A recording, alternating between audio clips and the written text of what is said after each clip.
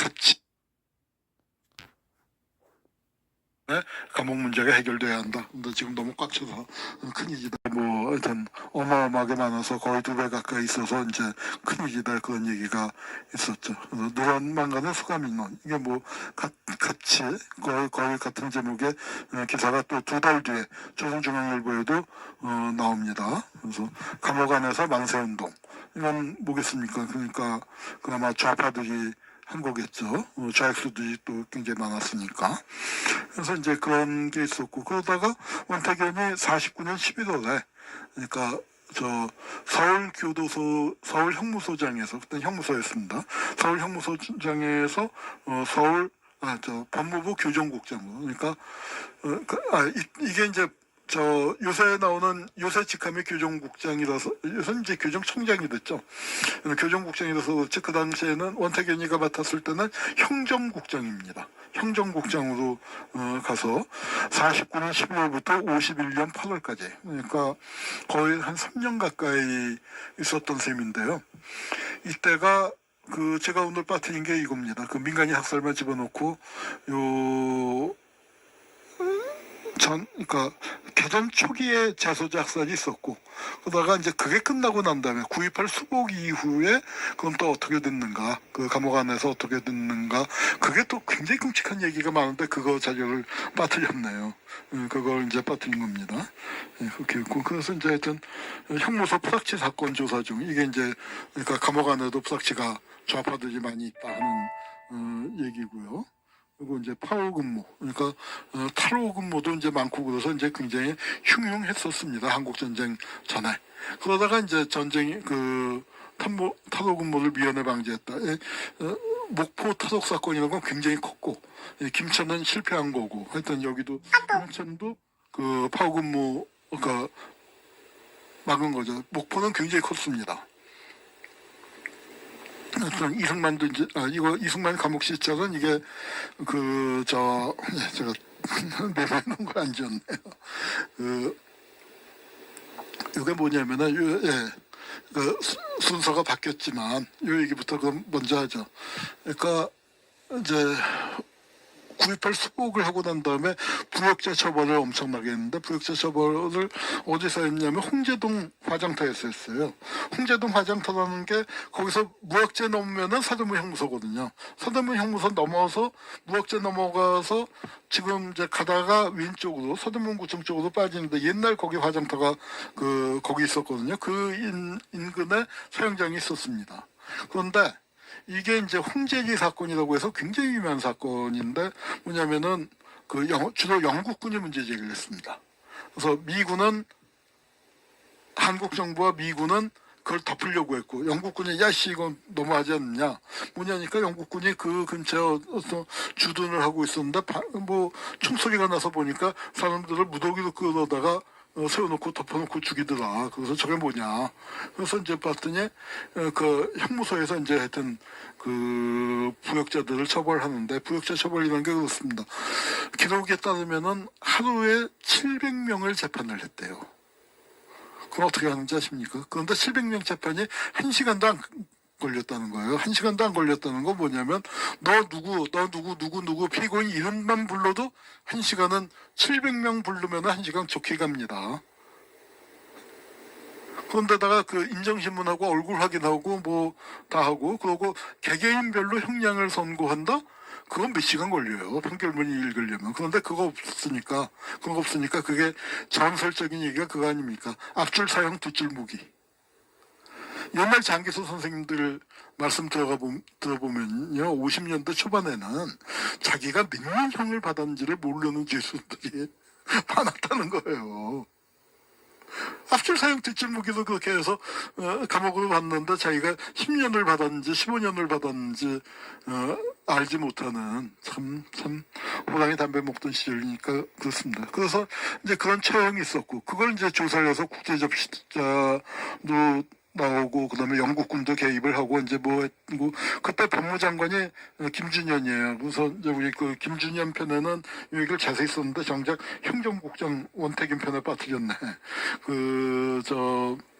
뭐가 있냐면은 그때 김준현이가 국제적십자사에 보낸 문건도 비슷한 얘기가 들어있고, 영국 쪽에서 하여튼 적십자 내세워갖고 조사를 한 문건에도 그렇고, 감옥에서 죽는 사람이 하루에 100명이 죽었다는 거예요. 하루에 100명이. 영국 문서입니다. 영국 문서. 그러니까 감옥의 처지가 얼마나 열악했으면. 그러니까 그런 그리고 이제 6,000명 그때 이제 넣어놨을 때도 그래요. 서대문 형무소가 6,000명인데 정원은 어떻게 돼 있냐면 3,000명쯤 되거든요. 그런데 6,000명이 들어왔는데 6,000명이 들어왔다고 그럼 예산을 더블로 주느냐?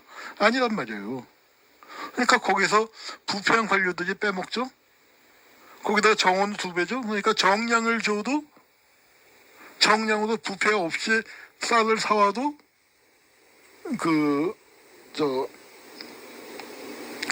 재소자들은 반값밖에 못 먹는 거예요. 거기다가 형무소에서 쌀 사러 나가면 시장에서 쌀값이 오른대요. 원탁이가 그런 얘기도 합니다. 쌀을 많이 사니까 다량으로 구매를 하니까 쌀 장사들이 쌀값을 올려서 받았나 봐요. 그러니까 이제 이렇게 처지가 열악하다 했더니 예산이 더 내려온 것도 아니고 그럴 수밖에 없냐고 원탁이님 입장에서는 그런 하소연을 합니다. 그래서 이게 이제 전쟁 기간 중에 또 부역자라고 해서 싸그지 잡아들이니까 그 인민군이 와서 아줌마의 쌀 이슈 김치 이슈 하면은 총 들고 온 사람이 협박을 안 하고 웃으면서 얘기해도 군인이 와서 쌀 달라는데 없으면은 못 주는 거지만 있으면은 어지간한 몇 장 아니고는 안 내줄 수가 없거든요. 근데 그거 내주면은 그게 특조령에 걸리는 겁니다. 특별 무슨 비상조치령 있잖아요.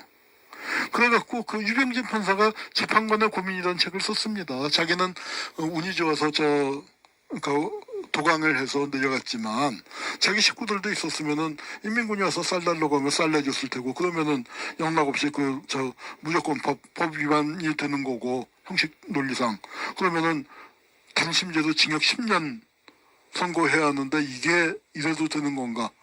그 재판관의 고민이라는 책을 쓴 분이 조봉암 사형을 면하게 해주려고 1심에서 징역 5년 줬다가 판사에서 잘린 유병진 판사가 그랬습니다. 하여튼 형무소 사정이 그렇게 열악할 때예요. 그렇게 됐을 때 그때 이제 한참 시끌벅적할 때 홍재진 사건으로 시끌벅적할 때 이승만이 서대문 형무소에 납신 겁니다. 이때는 이제 왕태견이는 서대문 형무소장은 아니고 행정국장이었지만 법무장관을 수행해서 담당국장이 당연히 가서 안내를 했겠죠. 그럼 이제 재소자 학살 얘기를 들어보죠. 재소자 학살은 대전 충청 지역 형무소 형무소 재소자 희생 사건 이거 제가 이우익 법무장관 이우익 편을 할 때 이제 좀 거품을 물었습니다만 이게 이제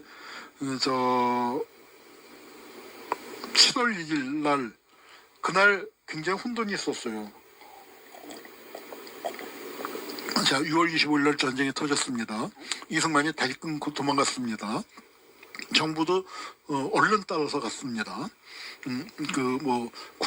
서울 사수하니까 안심하고 상업에 종사하라 그딴 방송해놓고 이제 다 도망쳐서 내렸어요. 그래서 내려왔는데 7월 1일 날 어떤 소문이 있었냐면은 인민군이 대전을 점령하러 다가왔다.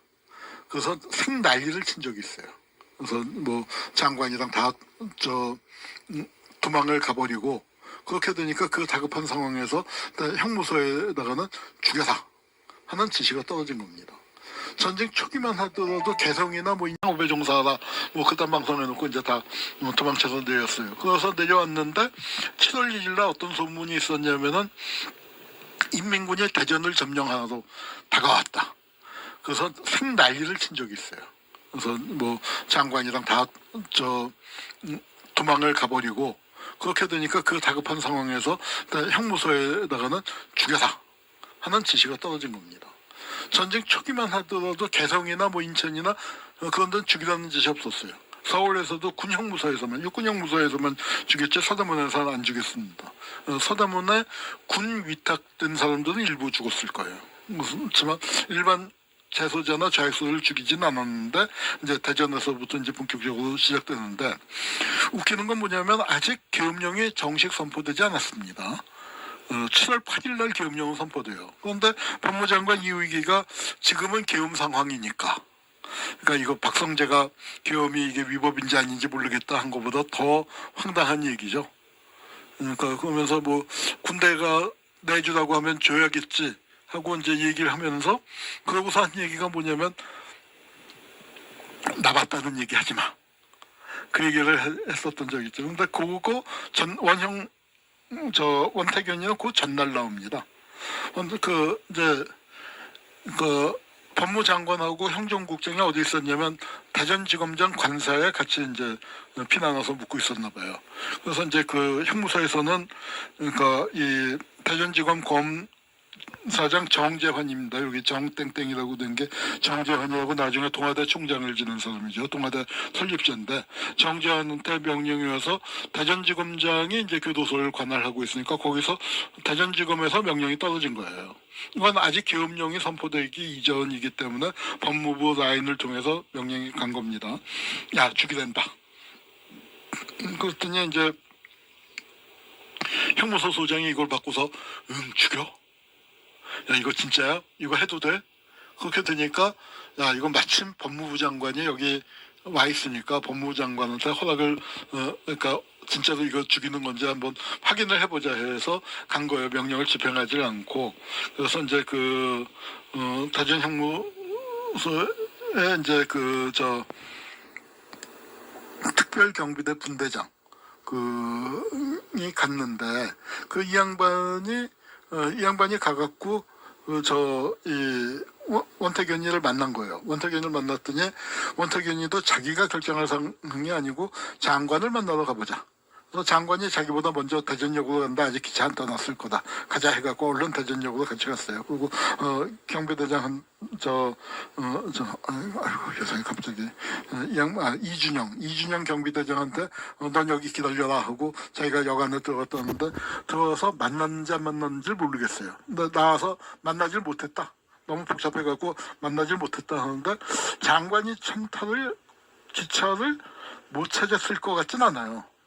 거기 이제 영무원한테 나 법무부 행정국장이다 신분증 내보이면 장관 어디 계시냐 하면은 그거는 아무리 아수라장이었어도 안내를 했을 것 같은데 하여튼 기록에는 못 만난 걸로 만나지 못했다라고 얘기를 해요. 그러면서 뭐라고 하냐면 소장 직권에 맡을 테니 임의로 처리해라. 야, 니들이 알아서 해. 죽이든지 말든지 니들이 알아서 해. 난 몰라. 이제 그거예요. 그러니까 그 얘기를 와서 대전 형무소장한테 했더니 아니 이렇게 위급한 시기에 자기들만 살겠다고 다 도망을 가고 장관도 도망가고 뭐 차관도 도망가고 국장도 도망가고 다 책임을 나한테 미루는데 나보고 전비천 명을 다 죽이란 말이야. 나도 못하겠어. 우리 직원들도 못 죽여. 그래서 어떻게 했냐면 다 도망가는데 우리도 도망가지 뭐. 그래서 해산 명령을 내린 거예요. 해산 명령을 내렸는데 7월 2일 이게 뭐냐면 늑대가 온다였단 말이야. 늑대가 온다. 그래서 아침가비하고 이놈들이 다 돌아왔어. 그러고선 대전형무소에서 직원들 해산 명령을 내렸다고 대전 형무소장은 평안도 사람인데 직위 해제가 됩니다. 직위 해제가 되는 그런 해프닝이 있었어요. 그래서 원영덕이는 원태견이는 이때 이렇게 좀 무책임한 모습을 보인. 그러니까 이제 하여튼 그런 걸로 이제 나옵니다. 이게 법무장관 이우익이고, 요게 정재환이 대전무소의 명령을 내린 사람, 이게 원태견이고, 이게 특별경비대장 분대장 이준영. 그래서 이준영은 직원들한테 해산 명령을 내줬는데 이준영은 그래도 죄수가 몇천 명인데 죄수를 풀어주는 것도 아니고 아닌 것도 아니고 그러니까 거기 남아서 아마 뭐 밥도 줘야 하고 그러잖아요. 그러니까 경비대는 22명이 남았었나 봐요. 그러다가 군대가 와서 이제 이 사람도 학사다에 본의 아니게 가담하게 되는데 그래도 나중에 자기가 수기도 쓰고 회고록도 쓰고 또 진실화의위원회에 와서 자기가 아는 바를 얘기를 하고 뭐 자기가 집행에 불행하게도 관여한 건 사실이지만 사실은 여차저차해서 이렇게 됐어 해서 뭐 이 사람은 당연히 교도관의 입장을 대변하는 거였죠. 그래서 하여튼 행정국장 형무과장을 묻고 있었는데 그걸 그래서 원태견이가 한 얘기를 이제 국장님의 얼굴이 보였다. 너 가서 이렇게 전달해라. 장관을 만나려 해도 찾을 수가 없어. 소장 직권에 맡기니 이를 처리하라. 그러고는 여구도 들어서 도망갔다 이거예요. 원태견이가. 그래서 이제 이게 그 자료 찾은 것도 뭐지? 제가 딴 파일에 있었던 거를 일로 안 옮겼네요. 하여튼 형무소 여러 군데서 이제 학살이 있었습니다. 근데 이제 그 학살 있었던 것들이 제대로 밝혀져 있지를 않아요. 그래서 이게 이제 7월 8일부터는 계엄령이 선포가 됐고, 그러면서 이제 그 관리 책임이 그래도 실무 관리는 행정국이 했겠죠. 명령 체계에서 군이 개입하게 되는 거지만, 하여튼 그래서 그 학살에 대해서 책임이 있습니다. 그래서 한국전쟁 이후에 이제 검사생활 이건 좀 빨리 하죠. 시간이 생각보다 많이 지났네요. 그래서